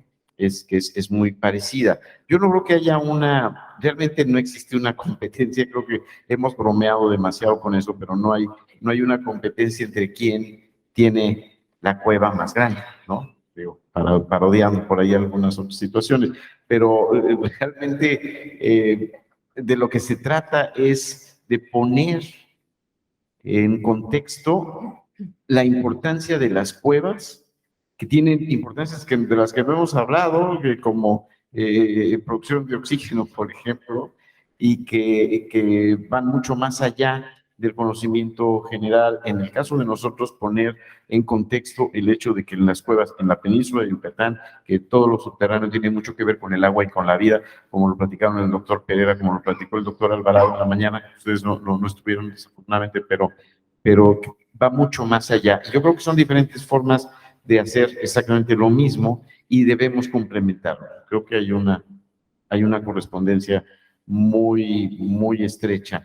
No estamos realmente compitiendo por la cueva más grande, al contrario, creo que sería fantástico que de pronto tuviéramos nosotros, la verdad, de pronto Mammoth, que no, nosotros ya tenemos 15 kilómetros más. Eso sería fantástico, porque además pone en el ojo del público en general las cuevas, y la gente se fija en las cuevas, que es un contexto extraordinario en muchos aspectos. Última frontera de la exploración, lugares de preservación arqueológica maravillosa, lugares incluso donde hay nuevas especies biológicas, algunas de las cuales ayudan incluso en medicina, ¿no? Entonces, creo que todo abona, lejos de ser un estilo americano, un estilo mexicano, mesoamericano. Creo que es precisamente uno de los propósitos de este coloquio. Thank you. That's a great question. I think the difference in perspective of the talks was not a Mexican one or an American one. I think it was the focus of the discussion and the focus of my discussion. As Pat Cambises talked earlier today, inventorying the resources, the geology, the biology, that's important for us in the same way. That makes me think perhaps in our discussion, I'm focusing too much on the length.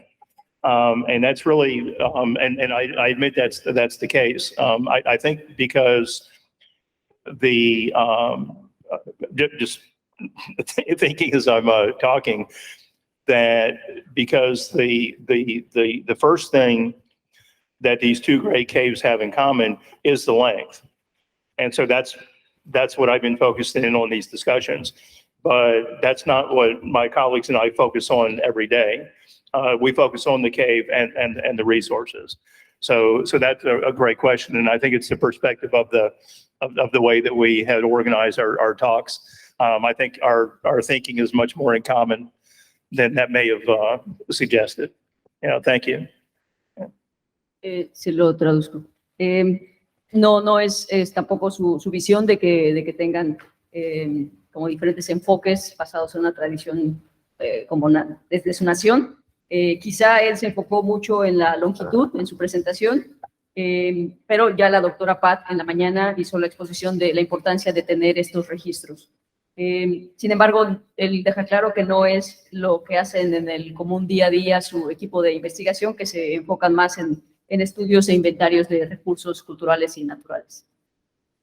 Yeah, I might add another comment that that was a very, very important question, because I guess in a way maybe I'm embarrassed a little bit, because if we're only focused on length, that's a little shallow, and maybe that's the perception from the discussion. So I appreciate you revealing that.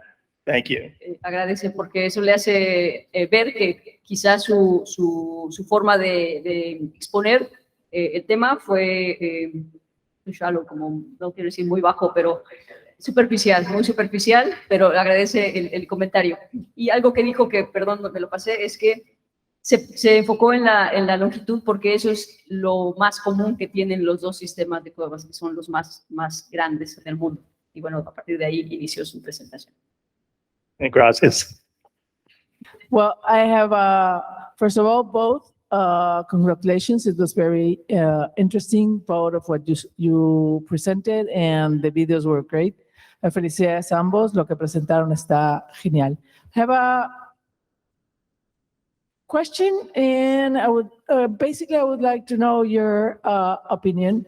Obviously, and it's from both sides. Es la opinión de ambas partes. We have the idea of how government sometimes, I forgot the word, but how did they really get involved in research and really understand this underground world? Entendemos, ahora podemos ver de repente con el Tren Maya y con otras cosas, cómo los gobiernos entienden o no entienden, they don't understand that underground world.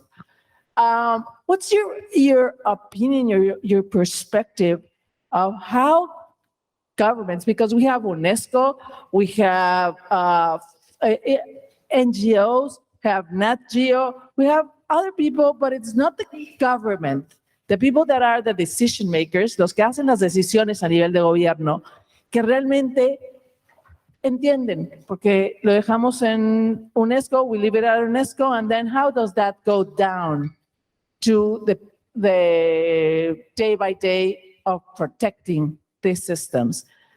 What have been your retos?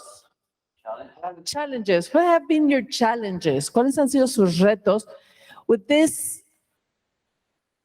Talking with governments and in Kentucky, making people to preserve those spaces, in Mexico, preserve those spaces, que en México y que en Kentucky cuiden estos espacios de la importancia que tienen. No dije Tren Maya porque es lo local, pero están muchas cuevas. ¿Cómo hacemos que entiendan? What do we do for governments to understand that we need to preserve that, even if we don't see it? Can I begin? Yeah, thank you very much. I have a couple thoughts. One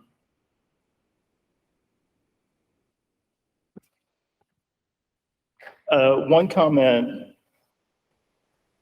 is as we learn about one another, you know, our groups, there's Mexican things and American things, and then things that are the same everywhere.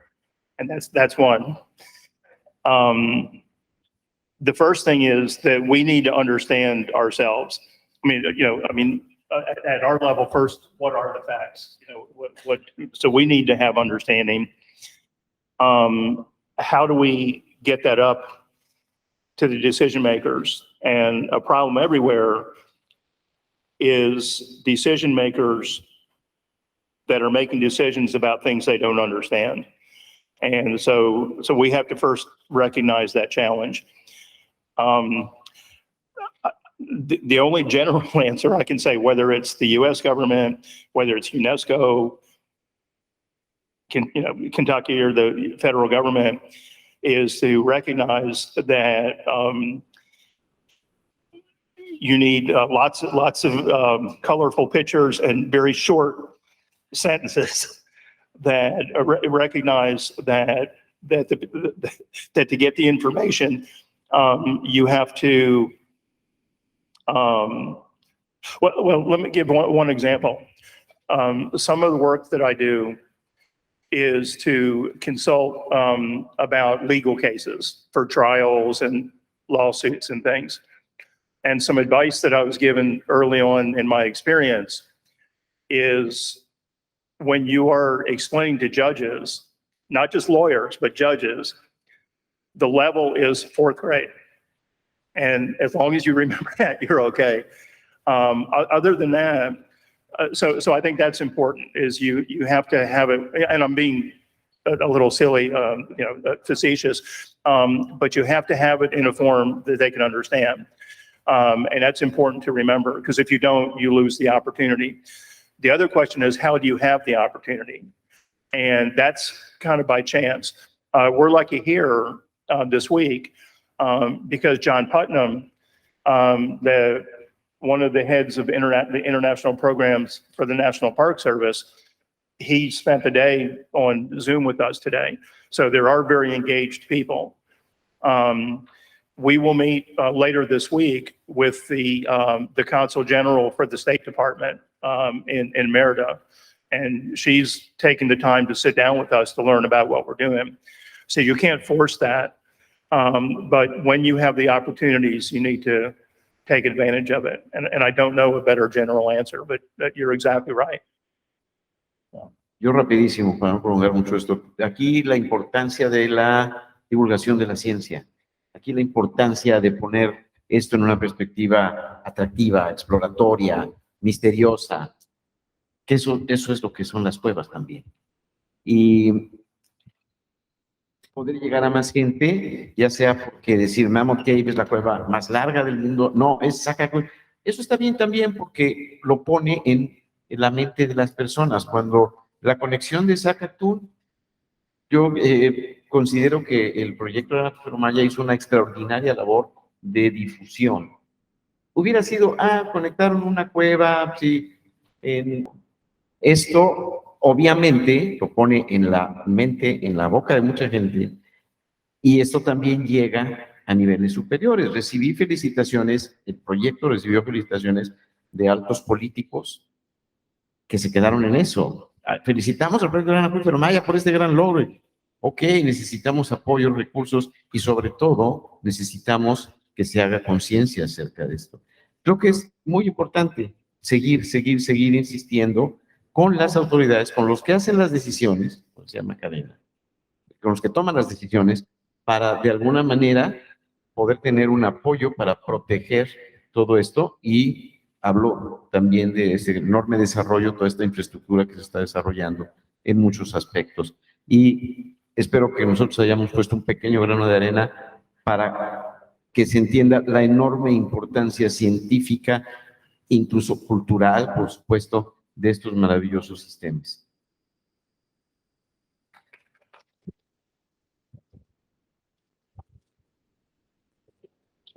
Bueno, La doctora Christine McCoy sí entendió la respuesta del doctor Chris, pero me perdí si habría que traducir un poco, ¿verdad? Ok, el doctor Chris dijo, en resumen, hay asuntos americanos, de solo los americanos, hay asuntos de solo los mexicanos y hay asuntos que conciernen a ambos, ¿no? Necesitamos entender, son palabras de el reto que significa hacer entender a los tomadores de decisiones que están tomando decisiones sobre cosas que no entienden. Y él trajo a colación un caso porque ellos hacen evaluaciones de predios, de terrenos, evaluaciones desde el punto de vista ecológico, y están frente a los jueces. Y cuando hablas con un juez o le explicas sobre algo que no es su área, debe ser muy explícito, porque si no pierdes la oportunidad de conservar o de preservar un espacio. Él menciona que el día de hoy tuvimos al doctor John Putman, que es el director de Asuntos Internacionales de Parques Nacionales de Estados Unidos. Estuvo conectado todo el día. Tuvo intervenciones en la mañana, pero después nos siguió. La próxima semana vamos a tener una reunión con la cónsul de los Estados Unidos en Mérida. Y él no puede ver esto como algo que haya sido forzado. Es algo que se dio, se va a dar, y son cosas que no puedes forzar a la gente a participar, como a John Putman o a la cónsul de los Estados Unidos, pero sí puedes tomar la oportunidad para sacar provecho en torno al tema que te ocupa, que es la conservación de las cuevas. And Dr. De Anda just mentioned that GAM has made a big effort to call the attention of the public, of the media, of the government. When the Sakatun connection was made, we got 4,600,000 views on the YouTube video, and many politicians congratulate us, but we still need to work more on insisting and pointing out the importance of preservation of this area. So we have a lot of work still to do. Vamos a la última pregunta y con esto cerramos. Gracias. Gracias. Bueno, yo no quiero perder la oportunidad de preguntar algo, Ana, al doctor Guillermo de Anda y al doctor Chris, porque son dos personas que tenemos aquí enfrente con muchísima experiencia, con gran calidad como seres humanos, como lo puedo ver desde aquí. Y bueno, mi pregunta es un poco romántica. Espero no ponerlos en aprieto, doctor de Anda. Sobre todo para los estudiantes, para la gente joven que aquí está presente, ¿qué se necesita para ser un explorador de cavernas? Can you help me, please, Anna, to traduce to Chris? It's asking very simple but complex question. What is needed to be a cave explorer? And if I could go ahead, it's just wanted to do it. Querer hacer, que te guste, que te apasione. Es una de estas cosas en la vida que no puedes hacer si no te apasiona, porque tampoco es muy fácil, ¿no? Si tiene sus bemoles, hay veces que uno se encuentra con dificultades, el cansancio, la distancia, en fin, muchas cosas. Pero creo que el deseo de conocer, el querer hacerlo, es lo que te hace ser un explorador de cuevas y tener pues, una vocación definida hacia algo, porque es una gama enorme de actividades. Tú, por ejemplo, eres un explorador de cavernas, tú deberías saberlo porque tú las exploras de una manera muy especial y desde arriba, y estás teniendo una inmersión hacia este mundo y tú estás explorando cavernas a tu manera, ¿no? Y creo que lo que se necesita es querer hacerlo y buscar un dato. Gracias. So, what does it require? What would it to be in a cave for you? I basically said, just wanted to do it. Right. Yeah, I agree.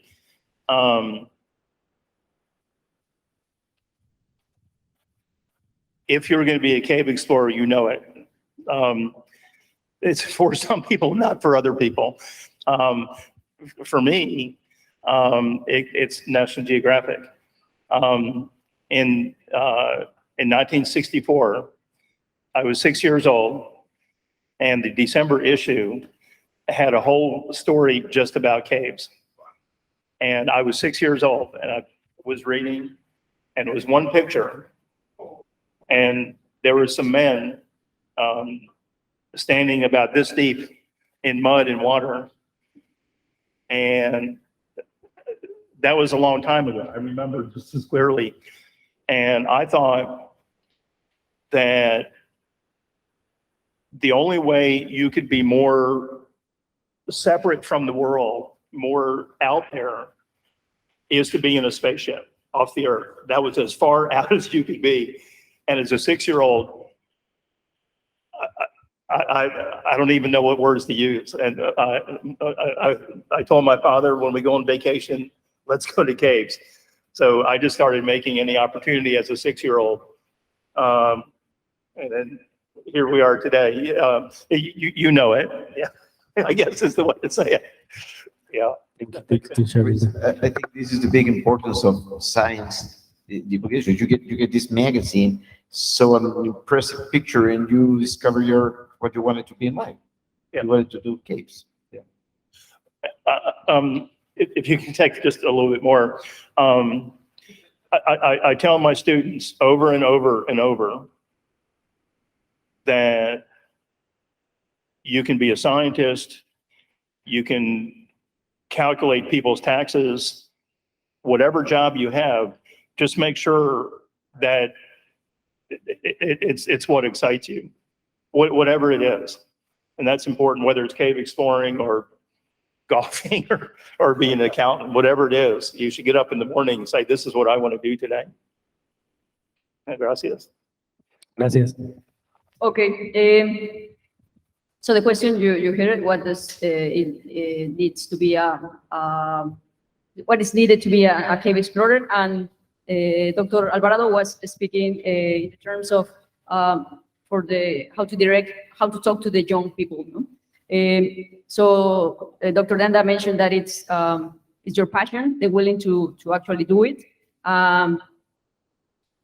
You are, and he's answering Dr. Alvarado, he's a cave explorer since he's dealing with caves from the surface, with all the studies that he does. Y el doctor Chris dice que si vas a ser un explorador de cuevas o no, lo sabrás. Esto no es para todos. Y él rememora que en 1954, abriendo una revista National Geographic a los 6 años, una foto con una persona con el lodo hasta la cintura, me parece, es lo que lo atrajo. Y a partir de ahí le dijo a su padre que las próximas vacaciones lo llevara a una cueva. Y aquí está el día de hoy.